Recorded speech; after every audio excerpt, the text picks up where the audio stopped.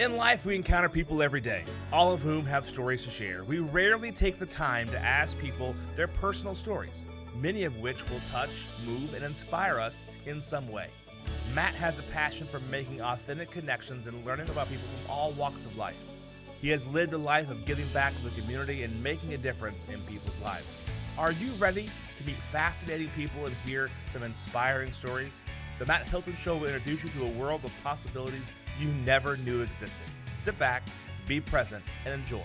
Here's your host, Matt Hilton. Hey everyone, thanks for tuning into the Matt Hilton Show today. Today's guests, and yes, I did put an extra S at the end. We have two guests today, and they are, I consider them wonderful friends of mine. I lived in McKinney for around 12 years, and the mayor of McKinney and his wife are here with me today. So, Mayor George, Matt, I got first. Maylee. I got first billing there. I know. Usually it's Maylee and The Mayor. Well, and I think that's the way we advertise today. But no, it's fantastic to have y'all here. Thank you. And it's going to be so much fun.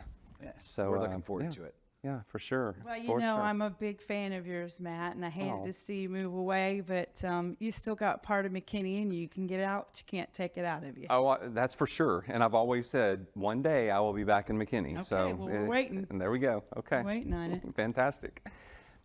So let's start off with, tell us a little bit about your love story.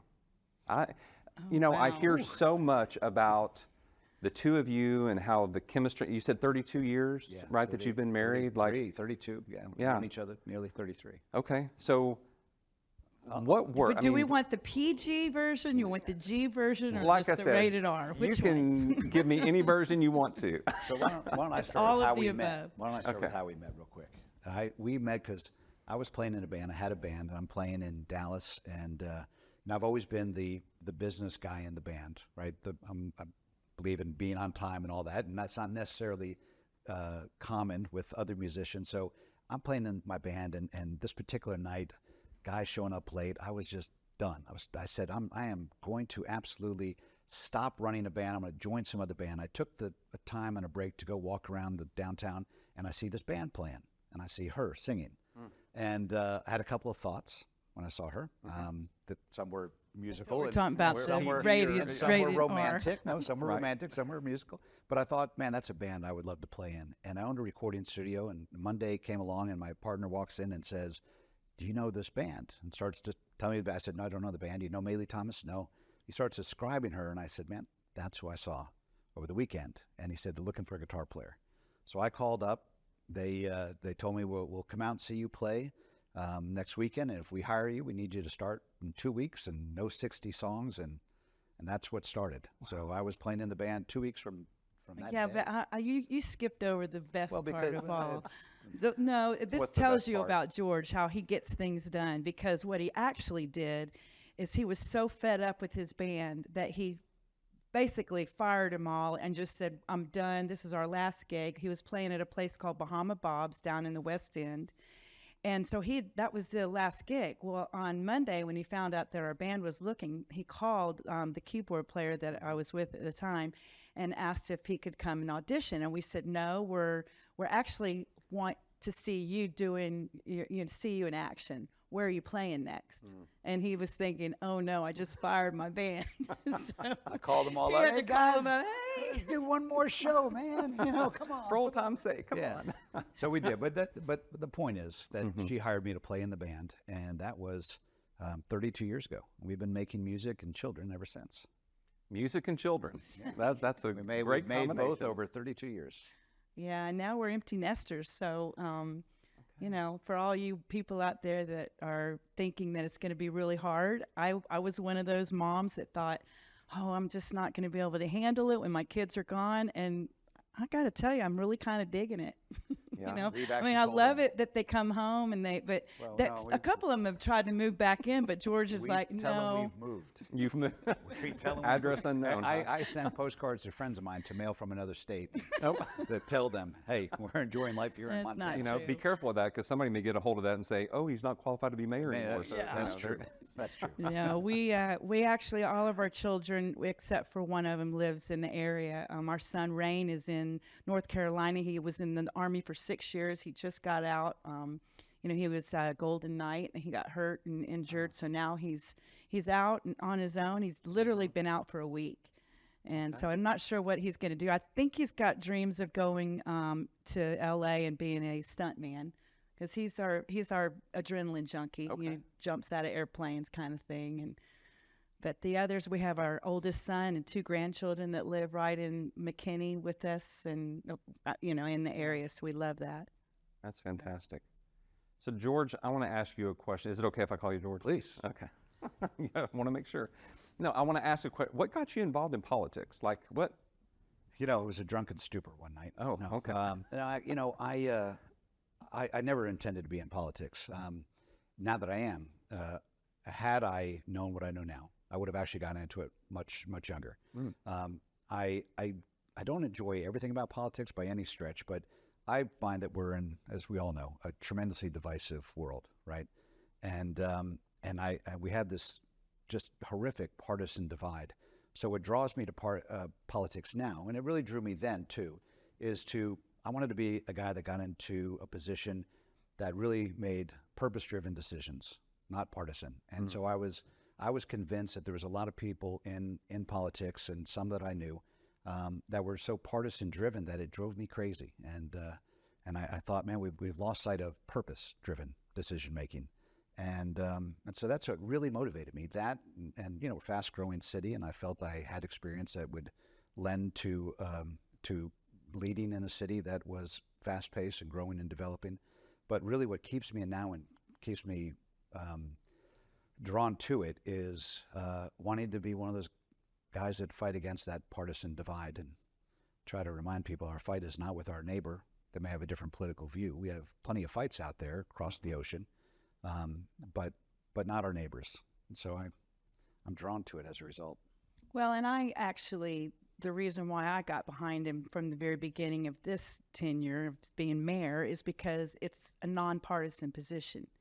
And the fact that people are trying to make it partisan is really sad to me, because I love the fact that George from the get-go was, if you need me to be a Republican or a Democrat to represent you, then I'm not your man, because I'm here to represent everybody in our community. And we literally, when we'd knock on doors, people would ask, and he'd say, it's a Nonpartisan non-issue. position. Yeah. And they'd say, well, if you don't tell me you're a Republican, I'm not going to vote for you. And I'd say, well, I hope you make a decision based on more important things than that. So here's the website. If you get a chance, take a look at it and see why I'm running. But my purpose will be community, purpose-driven decision-making. So if you're looking for a partisan puppet, that's not me. And See, it's interesting that you say that, that both of you say that, because I am in a similar position, if you will, as a realtor. So the realtor party is neither red nor blue, it's purple. exactly. Right? So we represent homeowners, property right issues, things of that nature, right? And our political action committee gives money to candidates and issues that affect homeowner and property rights, right? So it's interesting though, because of the state that we live in, the candidates that we typically give money to are Republican, because we're a Republican state at the moment, right? But it doesn't mean that we don't support any of the social issues. It's just real estate. And I was having a conversation with someone the other day about representing the human race. Yeah. Like, why can't we have representatives like that represent humans and not just one party or the other? You know, what floors me is that when I grew up, I would watch politicians. If you're a Republican, you spend all of your time trying to convince Democrats that you also represented their interests, that they can trust you, and you try to convince them that your argument and your position was right based on facts and based on values that you would try to convey are prevailing there. But now, to get elected, that's the last thing politicians do. It is who can demonize the other party more, who can demonize, who can just be demeaning to the other party more, whether you're a Democrat or a Republican. And that just floors me that people are running to represent a population and demonizing half of those that they're running to represent. It makes no sense to me. I cannot accept that. I will never wrap my arms around that. And I'm considering right now running for a partisan position in another race coming up. I don't know that I will or not, and she hates to hear me even talk about it.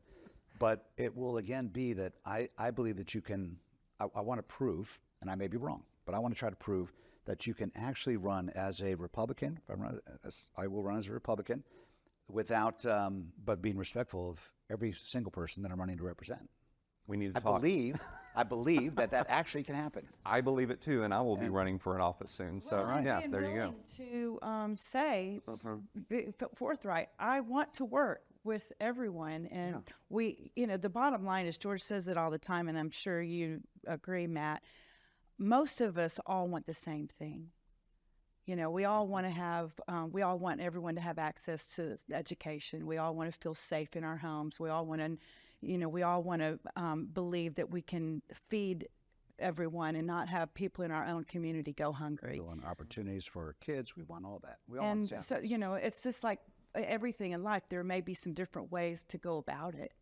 And I think that was really what it was all about from the very beginning, but we have turned it into something much different now. And I don't even recognize either party anymore. And I'm one of those people that I'm just in the middle, and I've got my arms open on both sides, and I want to kind of bring everybody together as much as I can.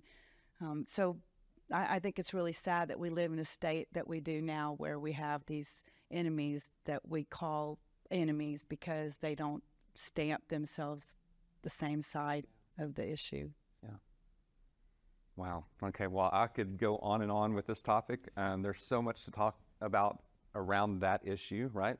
But I want to get into music. So did y'all, from that moment that you explained a little earlier, is that when y'all started playing together, or was there a hiatus for a little while, or what did that? No, I was hired to play literally less than 2 weeks. I was playing in her band at Memphis Club in Addison, and we've been playing music ever since. And we've recorded, I don't know how many records. And I think 8 now. Eight, 9. We've done everything from lead worship in churches to open for Peter Frampton, Bonnie Raitt, Ted Nugent, Bocephus. And we had Clarence Clemens in our band for years. He for nearly 20 years.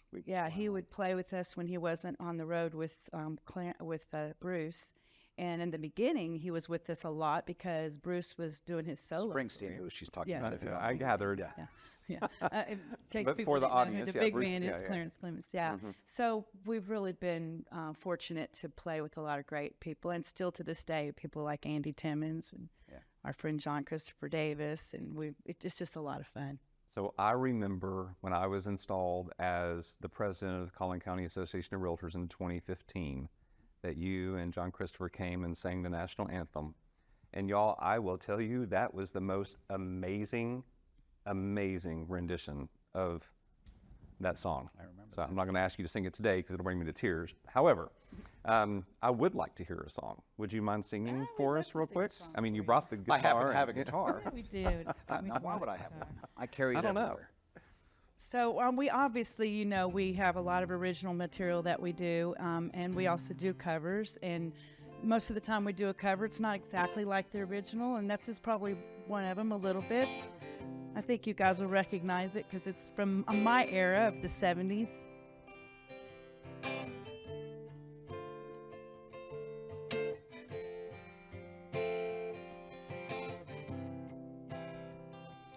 There's a light, a certain kind of light, never shone on me. I want my life to be. Let it in, let it in. There's a way. Everybody said to do each and every little thing. Oh, but baby, what good does it bring if it ain't got you? If it ain't got you, you don't know what it's like, baby. You don't know somebody, to love somebody the way I love you. Well, in my brain, I see your face again. And I know my frame of mind. You ain't got to be so blind, 'cause I'm so blind. Oh, baby, sometimes I'm so very, very blind. I'm a woman. Can't you see what I am? I live and breathe for you. Baby, tell me what good does it do if it ain't got you? Oh, if it ain't got you, you don't know what it's like. Baby, you don't know what it's like, yeah, to love somebody, to love somebody, yeah, the way I love you.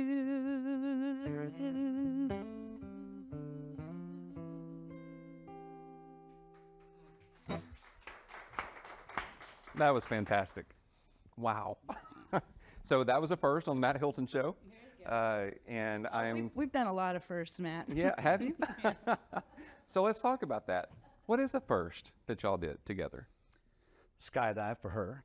That was a first Okay. for you. Jumped out of a plane. We both got tattoos. I don't have a tattoo.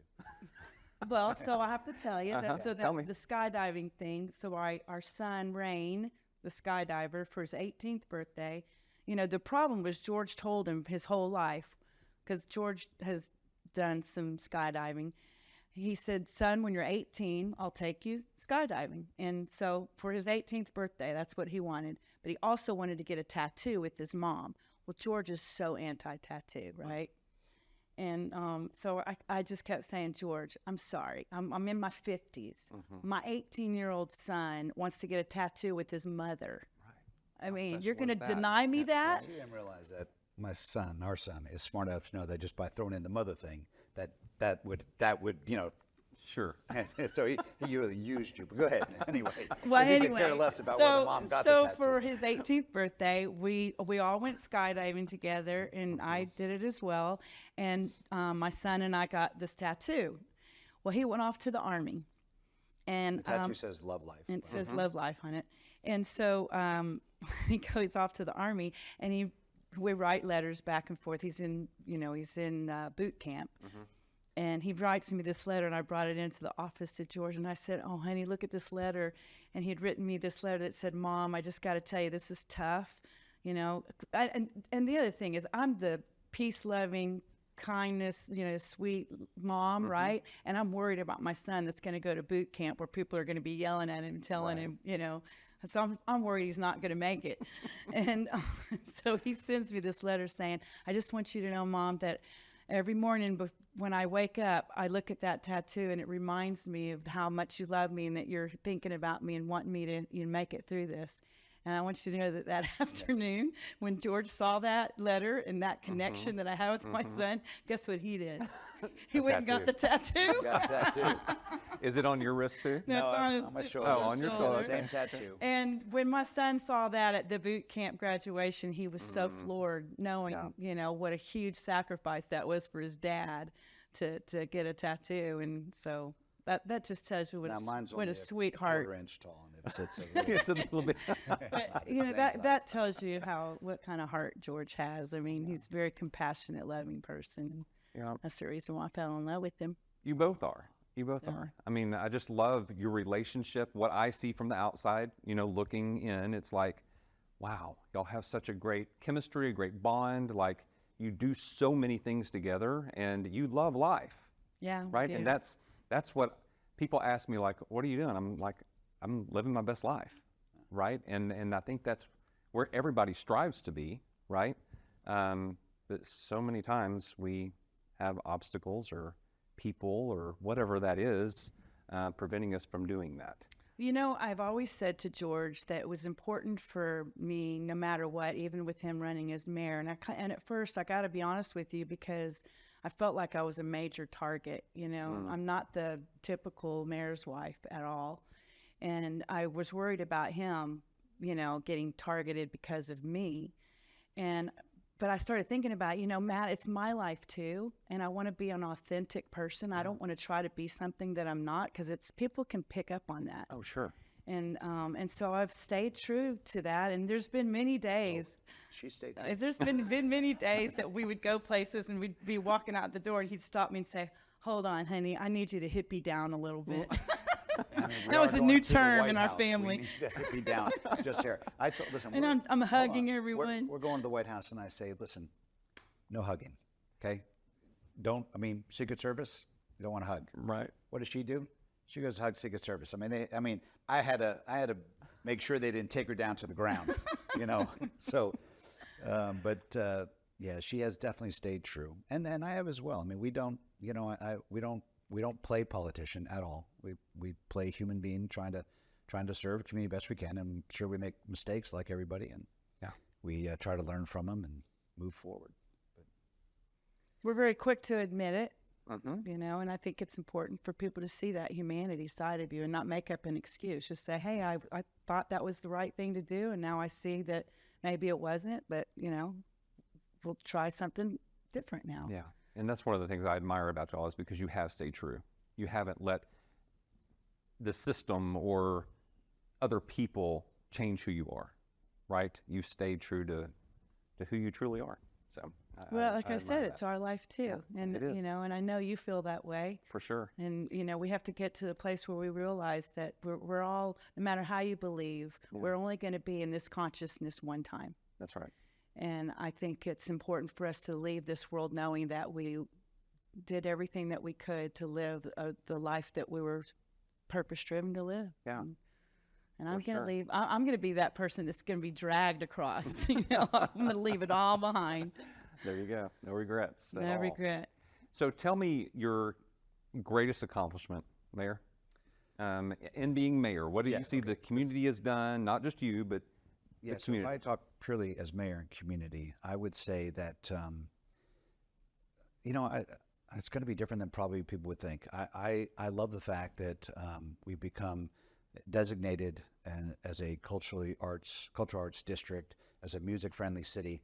Not necessarily proud of the fact that we got those designations, but what we've done in the city to embrace the arts and to embrace those things that transcend politics, that transcend religions and cultures, and bring people together. So for me, just our emphasis on arts and music and things that bring, as I said, community together and have community engagement, I think is probably one of the most important things that we've accomplished during my term. And then, of course, there's business development. I could name stats all day long, but none of that's all great, and it certainly helps from a fiscal perspective, but the soul of our city. And trying to make sure that we maintain the soul of our city and even deepen that soul. So that to me is what I like most, is those things that we've really put an emphasis on. Yeah. And Maylee, tell me about your foundation. So, yeah, I would say probably that's probably one of the most dear things that I've done, aside from being a mom. Sure. You know, as an artist, I was told that I couldn't get pregnant, and George and I were like, whoops, well, that wasn't true. It was a beautiful thing, and I'm so grateful that I've been a mom and a grandmother now. But yeah, the Love Life Foundation is like my real baby, and George and I started that in 1992, so we're in our 31st year of a real grassroots effort of helping at-risk women and children and families, you know, see change in their life. And I think we've probably given away close to $3 million in services and money to agencies. It's quite a bit more than that now, actually. Is it? Yeah. So there you go. To help people that are, you know, are at risk, or just in today's society, it's people that you don't even realize, you know, and certainly after COVID, a lot of people that lost their jobs and, you know, I was so lucky early on that I had time to do things like Meals on Wheels and find out there were people in my neighborhood that were, you know, locked in, that nobody saw, that were just living on Social Security and didn't really have much more than that. Yeah. And to be able to have a nonprofit that can help people like that has been very, very rewarding. And we continue to do that. And to have someone like George make it possible for me, Yeah. you know, because we've been an all volunteer effort up until just a few years ago. We didn't have any paid staff at all. And I had the freedom to be able to spend a lot of time doing that. And that was because somebody worked really hard for both of us so that I could do that. So do you have a story of someone I that do you've have a helped? story. I do have well, I was going to say, do I have a story on why I started the foundation? Well, that too. You know, I was a victim of sexual abuse as a child from a family member, a stepdad that thankfully I got away from. And as a result, my mother gave me up. And so, because she just couldn't deal with that stigma, right? I guess, whatever it is. So anyway, for 28 years, I didn't see her at all, never talked to her. And I said when I got older, because back then, we're talking about in the 70s, nobody talked about abuse, okay? And certainly didn't not talk about a lot of sexual stuff. abuse. As a victim. We didn't have what we have today. We have advocacy centers now, and we have CASA, and we have all these ways that help these kids. Well, back then you didn't have that. And so you just didn't talk about it. So it took me a long time, probably about 18, 19 years until I was in my early 30s before I was able to really come to a place where I could talk about it. And that's what predicated the whole Love Life Foundation. I always had this motto, though, that I was not going to let it define me, you know, and thankfully George and I talked about it, and we started the foundation as a result. And now I'm very open about it, and I talk very openly about it because I want people out there to understand, and especially children, that you have nothing to do with that. You know, you didn't cause that to happen. And you have a safe place to go, and you have people that you can talk to now, and we can do something about it. And I didn't have that. And so I want to speak out very honestly and openly about it so we can stop it and keep it from happening to children any longer. Yeah. You know, we see a lot of it. We do. We see a lot of it. And it's very sad to me that it's still going on. Yeah, that's sad. And there's so many people, whether they're children or even adults, who are going through whatever they may be going through, and they feel alone. They're still confused. They don't know what to say, who to trust, who's not going to judge. You know, it's like, yeah, there's still that. And in Maylee's case, I don't think she said it this way when she was telling it, but her mother really abandoned her and alienated her because Maylee was ruining her relationship with her stepdad. This accusation was something that was coming between them, and that was more important to her mom than what she was going through. Yeah. And you know, how horrific is that for a kid to feel that? Yeah. So have you used the foundation as a platform to tell your story? Oh, How do you tell your story Absolutely. Well, I'm very quick to say when people ask me, why did you start the foundation? What is it? And I tell my story because I want people to know that, you know, you don't need to be ashamed of that.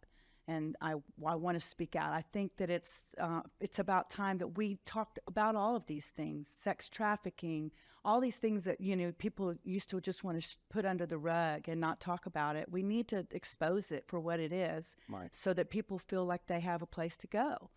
And, you know, George didn't say something earlier that I want to talk about. And one of the things that I'm so proud of him for doing is he and some other people have started One Heart McKinney, which is one place that people can go in McKinney to find different agencies that can help them no matter what it is. And that's a big deal because we live in a community where there's so many nonprofits, but people don't know where to begin.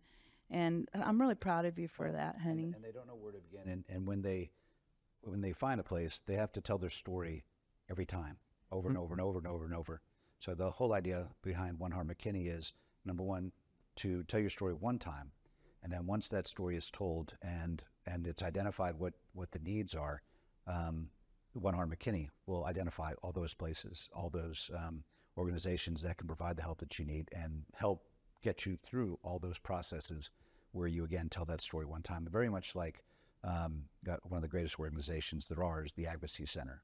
And they're, again, kids go through this trauma, and to have a child have to tell that story one time is tough.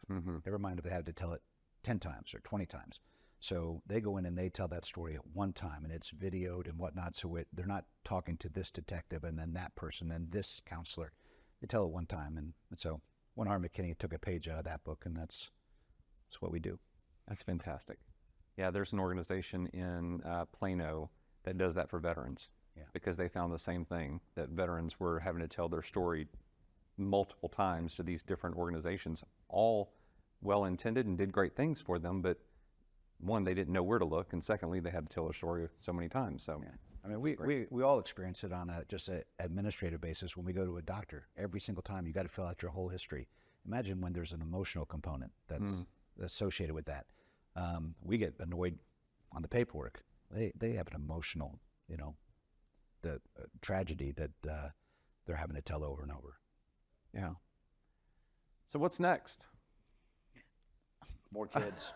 More kids. I'm hoping that we're going to do a lot more music, but we just have to see what George decides to do. I mean, we're still playing a lot. We play pretty much every weekend, and which is nice, and I really enjoy that. I've missed that. And not to play it down, I love what George does, because I think he brings such a human element that's just not as present as it needs to be across the country to people that are in these positions. I think they need to be more human, and I think they need to be more understanding, and they need to really represent the people that they're representing, and not just the agenda that they think they need to do. Yeah. And so I'm kind of torn, because I've said it to my friends when they ask me, what are you going to do if George wants to run for another position? I say, I'm going to support it, because I know that he's got the heart that needs to be in that position. I do. I believe he can make the changes. But I'm going to be a little selfish and say there's another part of me that wants to have my husband back more. But again, we do a lot of stuff together, and we're a team, and I love that about us. We've always been that way. And he was very, he came to me from the very beginning and said, honey, I need to know that you're going to be with me on this. I don't want to do it if you don't want me to do it. Yeah. And so we do. And I enjoy being around the children. I love that he goes and speaks to our next generation, and in the generation after that, to give them the idea behind his narrative of, hey, let's stop all this divisive rhetoric, and let's, you'd ask me what I'm most proud of. If you ask me what my favorite thing to do is, it would be that speaking to the kids. And I go in there, and there's parents and teachers around, and I will tell those kids, I would say, listen, the example that we've provided you is horrible. Don't do what we've done. We need you guys to be kind. We need you to be compassionate. We need leaders that will lead that way. So there's a lot of bad example. I said, I'm sure all good examples in this room. So I try to throw that out. But there's a lot of bad example in your adult world around you, politically. So don't take that page, write a new page. And so I'd like to encourage them and try to tell them, how important it is to be kind, compassionate, and start there above everything else. And so being able to talk to kids all the way up to high school, last thing I'll say, I spoke at a group. They had the head of the Republican Party, Collin County, speak, then the head of the Democratic Party speak. And this is to teenage high school boys. And then I got up, because they were both pretty divisive. And I got up and I said, everything they said, throw it down. Don't listen to either of them. He actually did do that. I said, don't listen to either of them. That, what they're trying to do is what you need to do is come together. You need to come together and speak respectfully, and all the disparaging things that were said about the other, throw that all away, disregard everything you just heard. I didn't get asked back. So I'm curious as to something else you said earlier, as far as if you knew what you knew now, you would have ran for office earlier. I really would have. So tell me more about that. I would have set my, this is going to sound really, I don't know, arrogant, and I certainly don't mean it that way, but I wish that I had started a lot early, because I would set my sights on much higher office, much higher office. So I would, because but I don't, I have to be a realist at my age. I don't, the path forward there is, certainly can be done, especially when we see what's going on today. But I wish that I had gotten in earlier and just been engaged in this process. And I call it a fight, but not the fight that's being fought out there, the fight against the fight that's being fought. Yeah. And so I really wish I had been engaged and caught the bug earlier, because my aspirations would be much higher. But again, really to just try to have influence, I mean, I'm one guy in the office I'm in. If I run for a state or congressional office, I'll be one. But if one can convince two, and two can convince 10,000. So Right. I wish I had done it earlier. Okay. Maylee? I didn't see that coming early on. I mean, when I met George, his hair was as long as mine, and but I certainly saw his compassion for people, and hence, we started the foundation early on, and so I always knew that. I told George early on, I come from a very spiritual background, and I told George early on, I said, you have a pastor's heart. And I told him, I said, you really do have a pastor's heart. And I feel like that's kind of what he's doing now as mayor. It's like he's pastoring the city and loving on him. And there's times where he'll say things and I'm just sitting there going, oh, because I'm the peace, love, and kindness girl, right? But he'll tell you there's some times where you just absolutely have to go right for it and just cut it off and, be forthright in what you say. And then I kind of come along and go, oh, but we... Well, now that you make that symbol, what's your show and tell item? Yeah, so, you know the story, but I'll go ahead and tell the story. So we were on the second time running around, the second time we ran, we were actually at a dinner one night, and it was they were filming for HGTV something, and so the cameras were rolling, and we saw them getting busy doing that. So George and I went to the kitchen, and we were washing the dishes of everybody. We just thought, make use of our presence here. So we went in there and started washing dishes. And at one point, I looked up, and someone was taking a picture, and I shot the peace sign, which everybody knows that's pretty much my thing, right? Right. And so I shot the peace sign. Well, someone from an extreme position. It's my opponent's group. Actually, I don't mind saying it was a Collin County Conservative Republican Facebook page that posted a picture that they manipulated the picture and took one of her fingers away. Yes. And I remember. Said, and I think this was the actual Collin County Conservative Republican page, said, oh, look, it's the mayor and his wife. Looks like they're having a nice evening. Oh, wait, she's giving everyone the finger. That shouldn't surprise anybody. They've been doing that to the city for years. That was the caption. Yeah. Now, the woman that took the picture immediately got on and said, oh, I took that picture. How disgusting and despicable that you would do that. And within, Maylee is, I might be, when I say controversial, I speak my mind. And so I'm not afraid of a fight. I don't look for a fight, but I'll always be out front on an issue. I will never be a guy hiding in the back.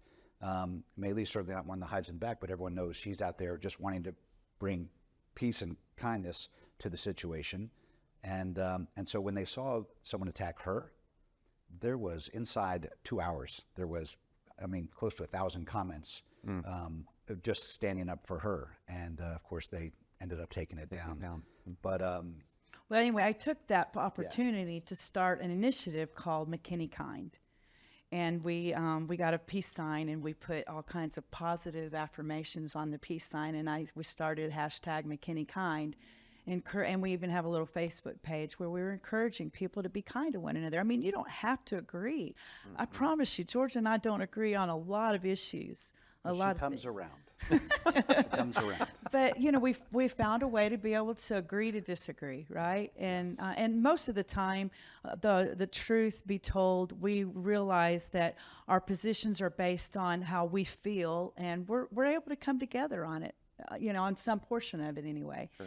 And so the peace sign has always been very important to me ever since I was a kid. I'm a hippie at heart, no doubt about it. I'm a Texan. I was born in Houston, Texas. And when I was 2 years old, my family moved to the beautiful panhandle of Florida. And those beautiful beaches where everybody goes for the summers, Destin, Fort Walton, and Pensacola. I went to school in Gulf Breeze up until I was in high school. And so I got my hippie vibe from that, the little surfer barefoot girl. And I'm back in Texas now, and I got that hippie vibe still, But I just love the fact that some friends of mine and people that I would have never expected to get it from sent me this beautiful peace sign to remind me of, what it is that I do believe in. And I always say there's no reason why we can't say or do anything that we want to do with some peace and love and kindness. Yeah. And it goes a long way in life for making life better. That's what she brought. I brought her.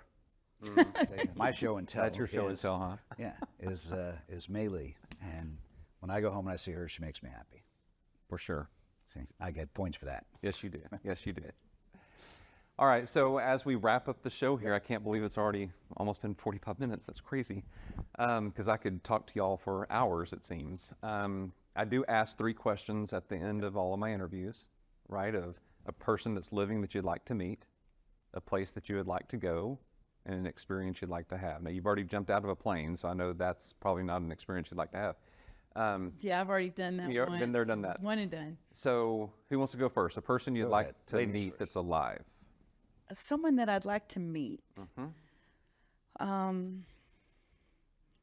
Well, a lot of people are probably going to take this in a weird way, but I would love to sit down and talk to Jane Fonda.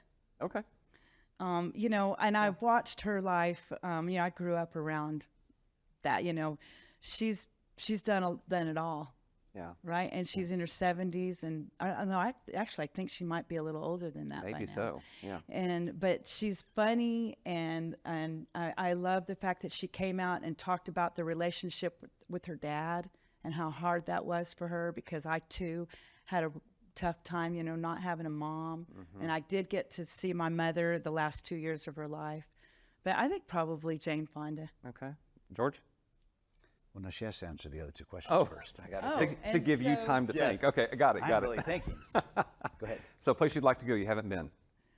Oh, I still want to go to the Italian Riviera. Okay. George, taking notes? I thought we went to the Italian Riviera. No. Well, that was somebody else.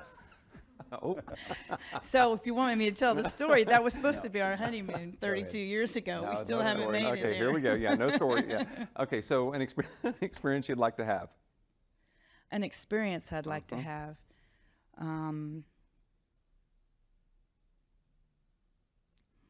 We've already done it once, but I want to do it some more. We do stand-up comedy.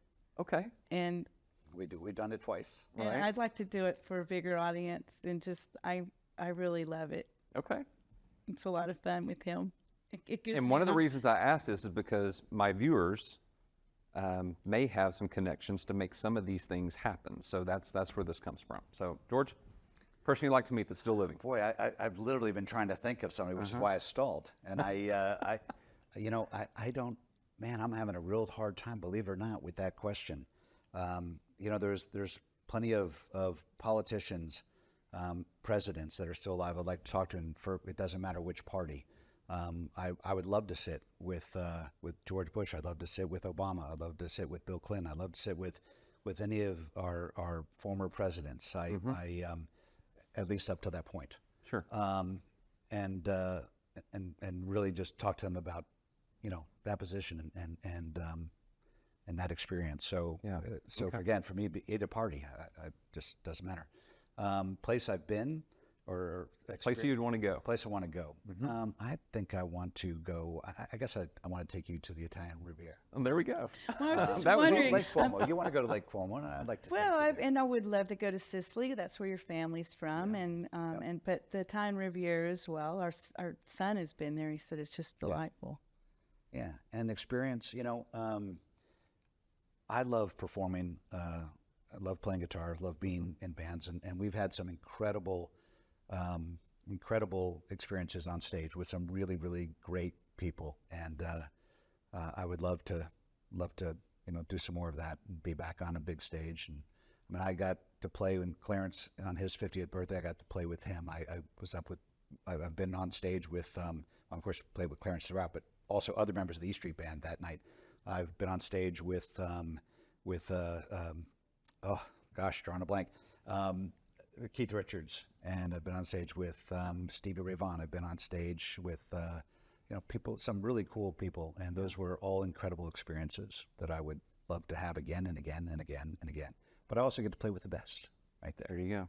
There you go. So, George, Maylee, thank you for being here today. Thank you, Matt, and thank you for being authentic. My pleasure. I Of mean course. Yes, ma'am. Thank I you. love that about you. Thank you.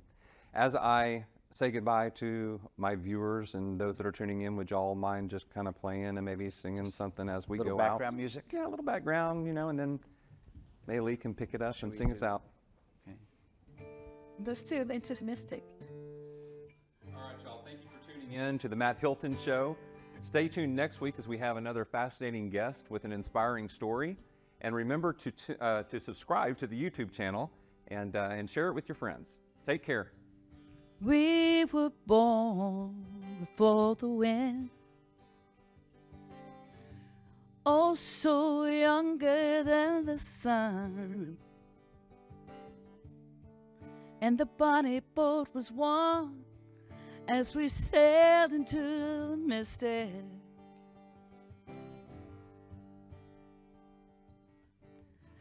Hark now, hear the angels cry.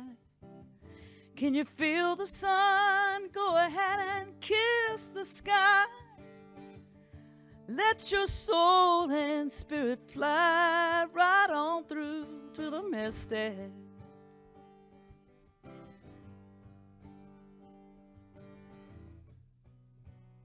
As that foghorn blows, I'll come running, yes I will.